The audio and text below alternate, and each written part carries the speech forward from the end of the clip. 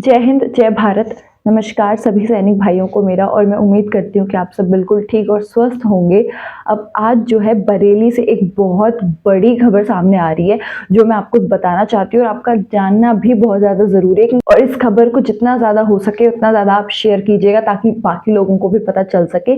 बरेली में जो है एक सैन्य कर्मी की, यानी कि सेना के कर्मी की जो है गोली मारकर हत्या कर दी गई है। और इस हत्या को, यानी कि ये जो गोली उसको मारी गई है, इसको जो है सुसाइड दिखाने की कोशिश करी गई है कि गोली नहीं मारी गई है, सुसाइड की गई है।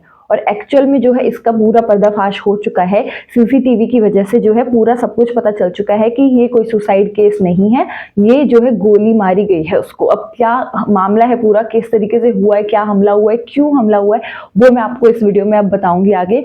तो वीडियो को बिल्कुल स्किप मत कीजिएगा और बिल्कुल जरूर सुनिएगा।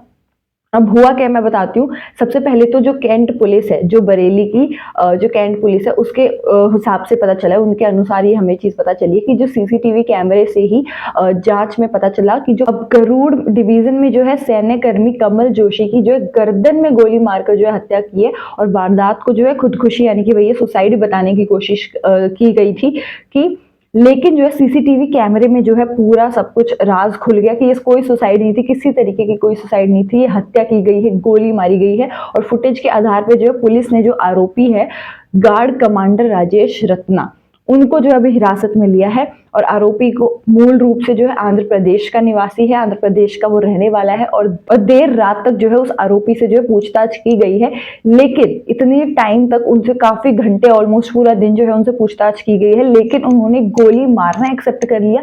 लेकिन गोली क्यों मारी है, क्यों कारण है, रीजन क्या था, वो उन्होंने नहीं बताया। और शिकायती पत्र के आधार पर जो है आरोपी के विरुद्ध प्राइमरी जो है लिख ली गई है।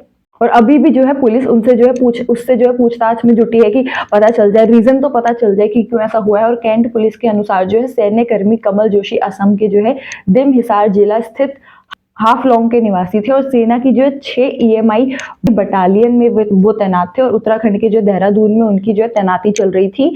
और वीआरएस के लिए उन्होंने जो आवेदन कर दिया था कि उसी के सिलसिले में वो शुक्रवार को शाम को, फ्राइडे की रात को, यानी कि शाम को सैन्य क्षेत्र स्थित गरुड़ डिवीजन में साथी सैन्य कर्मी मनी के साथ पहुंचे थे।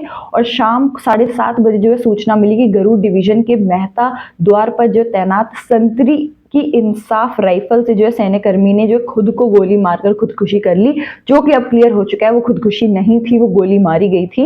और तत्काल के जो एसएसपी घुले सुशील चंद्र भान हैं, उन्होंने जो है एसपी सिटी जो राहुल भाटी और फोर्स के साथ, पूरी फोर्स के साथ जो है वो घटना की जगह पे पहुंचे, उनकी स्थल पे पहुंचे और फॉरेंसिक टीम को बुलाया, पूरी जांच करी वहां पे। और सैन्य ऑफिसर भी वहां पे पहुंचे थे, मौजूद थे वो वहां पे भी। और मौके से ही पुलिस ने जो है राइफल बरामद भी कर ली, वहीं से, उस जगह से ही, यानी कि उनको राइफल भी मिल गई। और गेट पर लगे जो सीसीटीवी कैमरा को पुलिस ने जो है खंगाला, तो उसमें पूरी घटना का मतलब पूरा रिकॉर्ड हो रखा था उस सीसीटीवी में। उनको पता चल गया कि इस तरीके की घटना इस इंसान ने करी है और ये कोई सुसाइड नहीं है, जिसके आधार पर जो है आरोपी को, जो गार्ड कमांडर था, उसको जो है हिरासत में ले लिया है।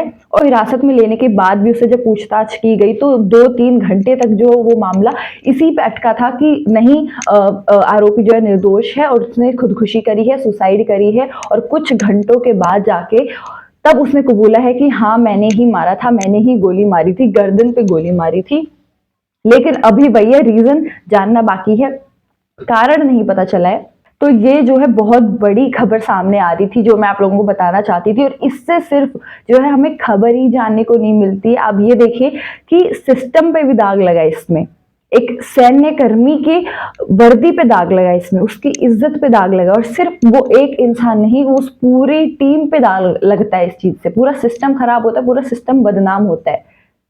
जैसे एक मछली पूरे तालाब को गंदा कर देती है ना, कि वो तालाब ही गंदा कहलाने लग जाता है कि वो वहां पे तो गंदी चीजें हैं, नहीं वहां पे नहीं जाना, या खराब है वो चीज। तो उसी तरीके से ये चीजें भी होती हैं। और सिर्फ आर्मी में ही नहीं, सेना में ही नहीं, जवानों के साथ ही नहीं, कोई और भी अगर ऐसी जगह है वहां पे एक कोई खराब होता है तो सबको खराब का नाम दे दिया जाता है कि ये पूरी जगह अब खराब हो गई है।